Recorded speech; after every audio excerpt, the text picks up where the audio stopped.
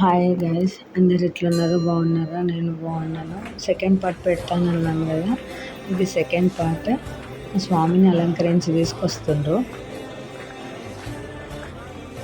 అలంకరించి తీసుకొచ్చినాక పూలార్చన చేసారు స్వామికి.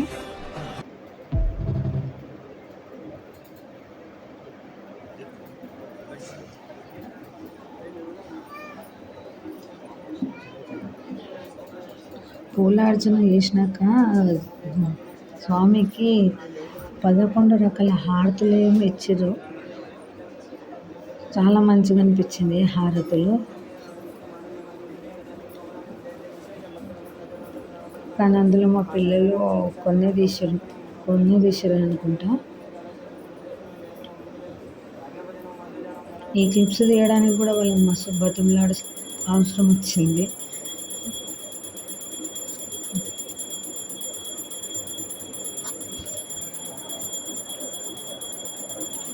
చూడండి, 11 రకాలు. కానీ అందులో ఎన్ని ఉన్నాయో 11 రకాల ఆరతులు అయితే ఇచ్చిండ్రు స్వామికి. ఫస్ట్ టైం అండి నేను దగ్గర ఉండి అయ్యప్ప స్వామి పూజ చూడడం. చిన్నప్పటి నుంచి పోతుండే, కానీ ఇట్లా పూజ టైంకి పోయి వస్తుండే. ఇట్లా దగ్గరుండి నేను చూడలేదు అంతా. అండ్ చూడడము చేయడం దానికి తేడా ఉంటుంది. చూసినాంలే అనిపిస్తుంది, కానీ పూజ ఇంట్లో చేస్తుంటే మాత్రం మస్తు అనిపించిందండి. చాలా మంచిగా అనిపించింది.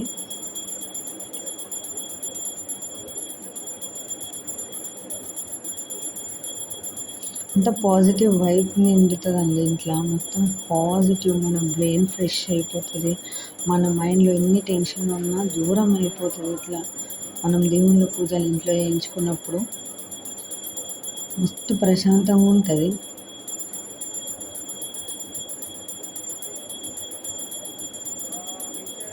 దేవుని లీలలు లేవనుకుంటాం కానీ మస్తు ఉంటాయండి.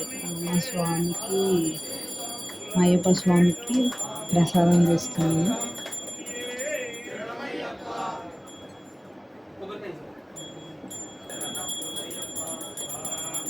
ఇప్పుడు పడి ముట్టిస్తారు. ఇక్కడ నుంచి నేను మాట్లాడానండి పూజ, ఎందుకంటే వాళ్ళు పాడే పాటలు కూడా మీకు వినిపించాయి. నేను మాట్లాడితే చాలా బాగుంటుంది. పడి ముట్టించేటప్పుడు పాడే పాట.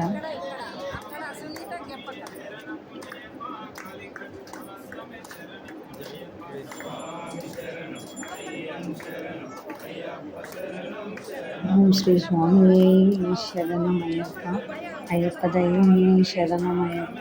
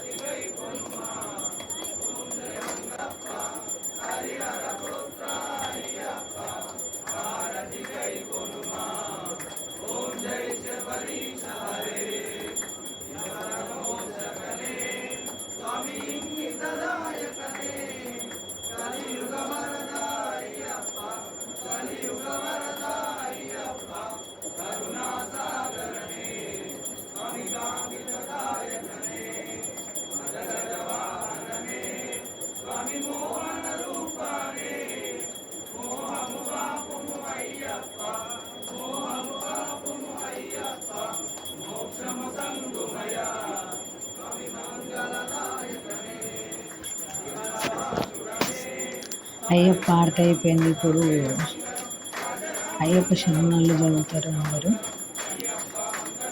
లాస్ట్కి అయ్యప్ప శరణాలతో పూజ ముగుస్తుంది.